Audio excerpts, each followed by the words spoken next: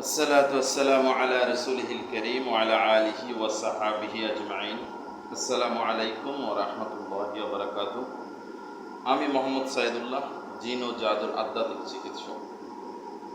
আল্লাহর রহমতে দীর্ঘদিন থেকে আপনাদের চিকিৎসা দিয়ে যাচ্ছি কোরআন এবং সুন্নাহর আলোকে, সম্পূর্ণ শিরক মুক্ত। আলহামদুলিল্লাহ, আমি আমার ইউটিউব চ্যানেল এবং ফেসবুক পেজে অনেক ভিডিও আমার আছে চিকিৎসা এবং উপদেশমূলক, জিন এবং জাদু সম্পর্কে নতুন নতুন তথ্য এবং মানুষকে এ থেকে সাবধান করার জন্য এবং মানুষকে বোঝানোর জন্য, মানুষকে জানানোর জন্য আমি ভিডিওগুলো করে থাকি,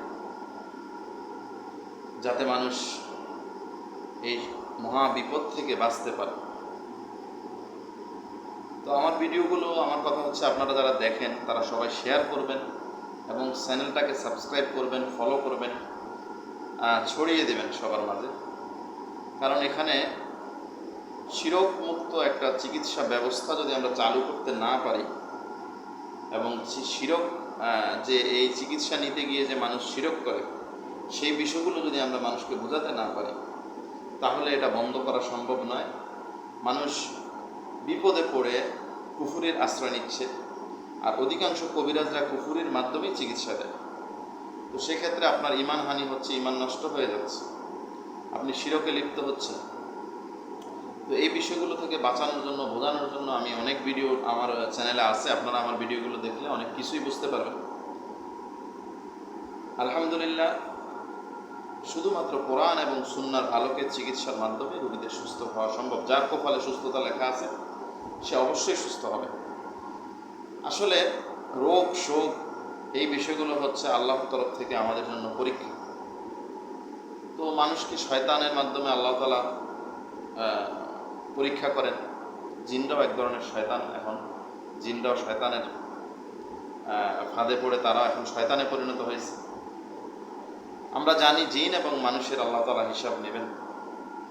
তো জিন জাতির মাঝে এখন মানে বিপদগামী, তারাও দিনের বাইরে, ধর্মের বাইরে যা খুশি তা করতেছে এবং প্রচণ্ড লেভেলের খুবই খারাপ জিনে পরিণত হয়েছে। জিনদের সংখ্যাও অনেক বেশি বেড়ে গেছে, যে কারণে প্রত্যেকটা মানুষ এখন আক্রান্ত হচ্ছে। এখন আমি আজকে যে বিষয়ে কথা বলতে চাচ্ছিলাম সেটা হচ্ছে, আমরা দোয়া কালাম পড়ি, আল্লাহর নামাজ পড়ি, জিকির আজকার করি, রুকাইয়া করি, তারপরও কেন আমরা আক্রান্ত হচ্ছি, কেন এ থেকে আমরা বাঁচতে পারতেছি না, এই বিষয়ে আমি আজকে কিছু কথা আপনাদেরকে বলবো। প্রথমত, আমি একটু আগেই বলেছি, রোগ শোক এগুলো হচ্ছে আল্লাহর তরফ থেকে আমাদের জন্য ইমানি পরীক্ষা। আর ইমানি পরীক্ষার ক্ষেত্রে আপনি কতটুকু অবিচল থাকতে পারেন আল্লাহর উপর, কষ্ট পাওয়ার পরও আপনার ইমানটা কতটুকু মজবুত, সেটাই আল্লাহ তাআলা পরীক্ষা করে থাকেন এবং এর জন্য অবশ্যই আপনার পুরস্কার আছে।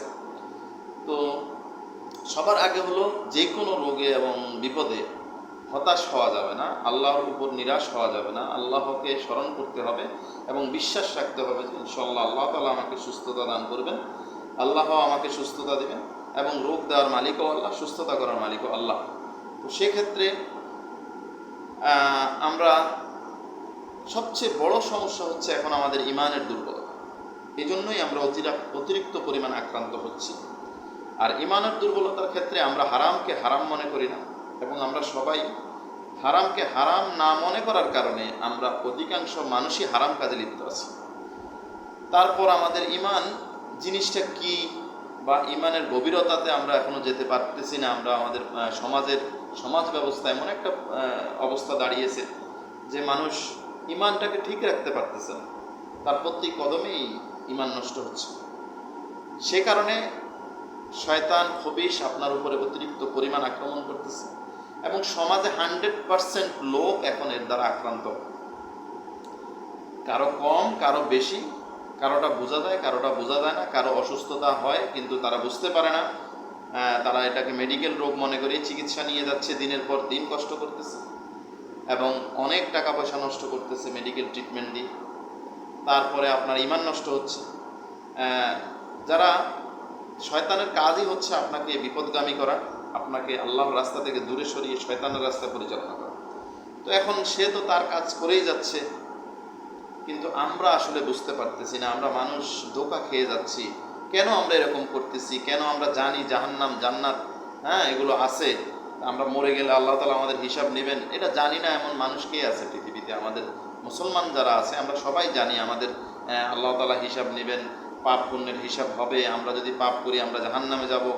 তারপরও কেন আমরা পাপ করতেছি? এর পিছনে কারণটা কি? এর পিছনে সবচেয়ে বড় কারণ হচ্ছে জিন শয়তান।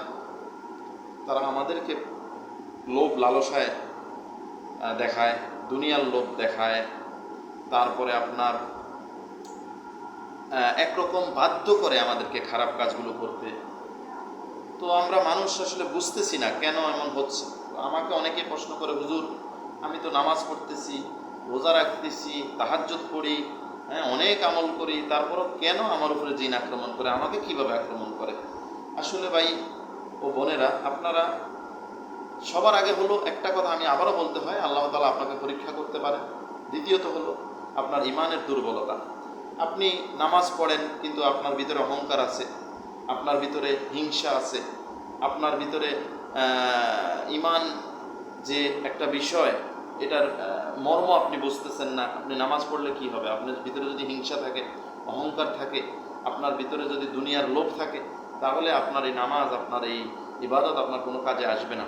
কারণ আল্লাহ তাআলা মানুষকে এগুলো দিয়ে পরীক্ষা করে থাকেন। এখন আপনার ইমান যদি না থাকে তাহলে আপনার দোয়া আপনার কবুল হবে না, আপনার নামাজ কবুল হবে না। তো সেক্ষেত্রে আমরা জানি যে মুমিনদের সবচেয়ে বড় অস্ত্র হচ্ছে দোয়া। কারণ আপনি দোয়া করতেছেন, আল্লাহ যদি কবুল করে তাহলে অবশ্যই আপনি সুস্থ হয়ে যাবেন। তো সেক্ষেত্রে দোয়া কেন কবুল হচ্ছে না? এর কারণ হচ্ছে আপনার ইমান নেই, আপনার ইমানের দুর্বলতা।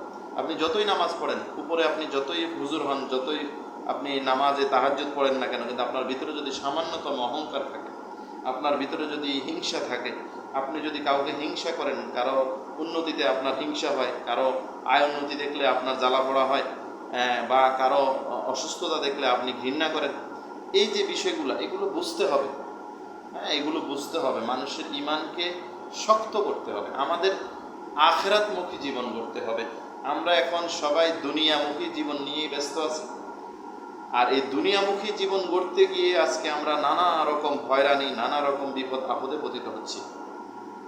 আর জিন জাতি এই সুযোগটাই কাজে লাগাচ্ছে। এখন দেখবেন আপনার প্রত্যেকটা স্বামী স্ত্রীতে খুব খারাপ একটা সিচুয়েশন থাকে, খারাপ একটা অবস্থা থাকে। স্বামীর কথা স্ত্রী শুনতে পারে না, স্ত্রী স্বামীর কথা শুনতে পারে না, স্ত্রীরা পরকীয়া জড়ায় যায়, স্বামী পরকীয়াতে জড়ায় যাচ্ছে। এই যে বিষয়গুলা, এই যে খারাপকে খারাপ মনে না করা, যেমন আপনি এখন জেনাটাকে জেনা মনে না করা, আপনি চোখের জেনা করতেছেন, আপনি হাতের জেনা করতেছেন, আপনি এটাকে জেনা মনে করতেছেন না।